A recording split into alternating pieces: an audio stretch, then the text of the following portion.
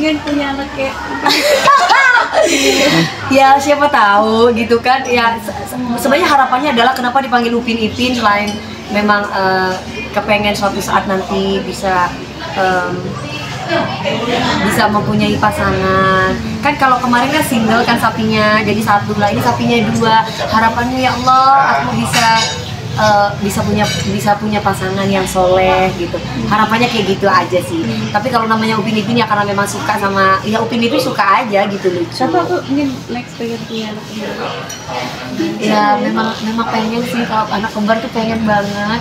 Tapi kan aku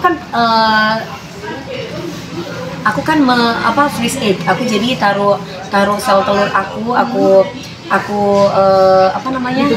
aku bekukan, aku titipin di Brawijaya Mother and Children. Jadi suatu saat jadi itu bisa babynya bisa kembar, terserah gitu. Jadi bisa di planning seperti itu walaupun tidak punya keturunan kembar. Itu katanya bisa. Tapi kan semua atas kuasa Allah ya, kita tidak tahu, namanya manusia cuma berusaha aja. Ya kalau memang harus dapat kembar ya kenapa enggak gitu kan. Ya nggak tahu lah Mbak, pengennya sih gitu, tapi nggak tahu nanti. Tuh ada suaminya dulu. Oh nggak anak bojone ya Mas? Ya apa katanya kita meteng. Nah ya apa mau bisa hamil loh, udah ada lakinya. Tapi mana kira bisa pengen taruh atau mungkin memang sudah udah berumur? Manfaatnya pacaran apa? Dari dulu kan saya sama yang sebelumnya juga nggak lama kan. Kenal sebulan 2 bulan udah langsung nikah. Gitu. Jadi saya kalau terpacaran takutnya nggak jadi atau apa, yang nikah aja bisa bercerai gitu kan. Jadi enakan pacaran dalam pernikahan itu kayaknya lebih mantap, lebih enak gitu, kayaknya lebih gebu-gebu gitu. Ada kriteria khusus nggak sih, mungkin atau harus ustadz atau enggak lah, pokoknya yang terbaik dari Allah, yang soleh. Yang soleh aja, kriterianya soleh aja gitu. Kalau udah soleh ya pasti bisa membimbing aku yang terbaik lah. Kan kita ujungnya kemana sih Mbak gitu, ujungnya ini kemana, walaupun mungkin prosesnya aku untuk menjadi wanita soleha butuh waktu ya kan, tapi kan kita tahu ujungnya mau kemana gitu. Jadi kalau kita nggak dapat laki-laki yang soleh kayak gimana lagi. Tapi mungkin sejauh ini apakah sudah ada yang dideketin atau melamar gitu? Ya pokoknya doain. Udah ada yang lamar ini, pokoknya doain yang terbaik dari Allah. Terus anak sendiri gimana kabarnya? Anak alhamdulillah sehat, lagi berjuang di suatu tempat. Semoga Allah memberikan kemampuan dia untuk bisa menjalankan tugas-tugasnya. Pokoknya nanti kalau sudah waktunya nanti aku umumkan ke teman-teman semua.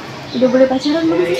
Masih kecil, masih 17 tahun, nanti bulan November baru 18. Tapi dia sudah mulai curhat-curhat gitu belum sih mungkin? Enggak pernah curhat tentang perempuan.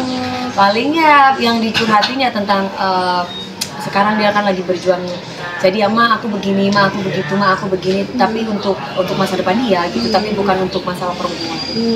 Tapi kalau Mami sendiri mungkin membatasi nggak sih untuk pergaulan di usia itu?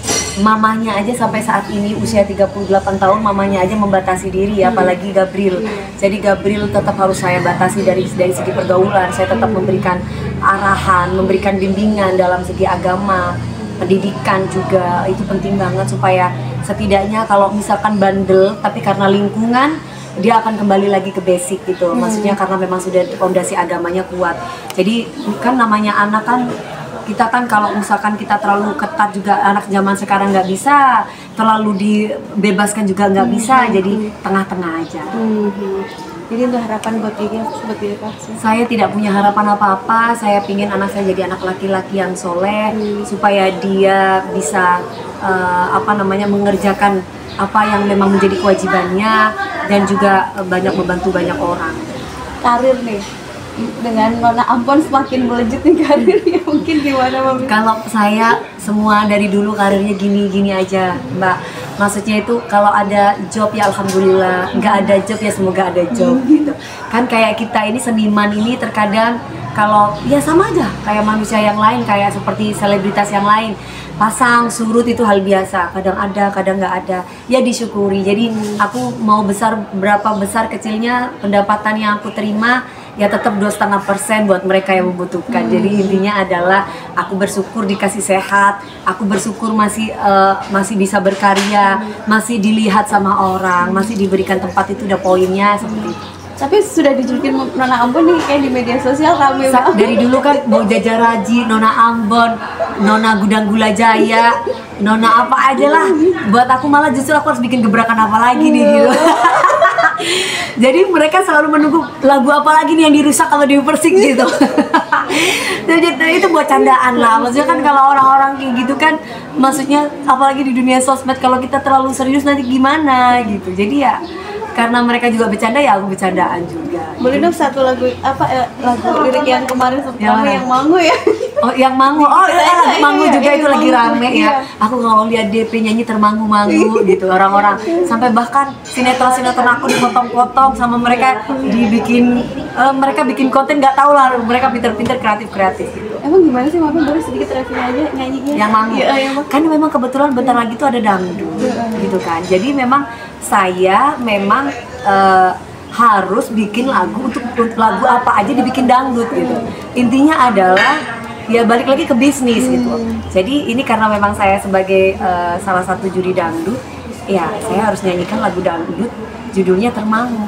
Jangan salahkan pahamku kini tertuju, oh, siapa yang tahu, siapa yang mau, kau di sana, aku di seberangmu. Wasek.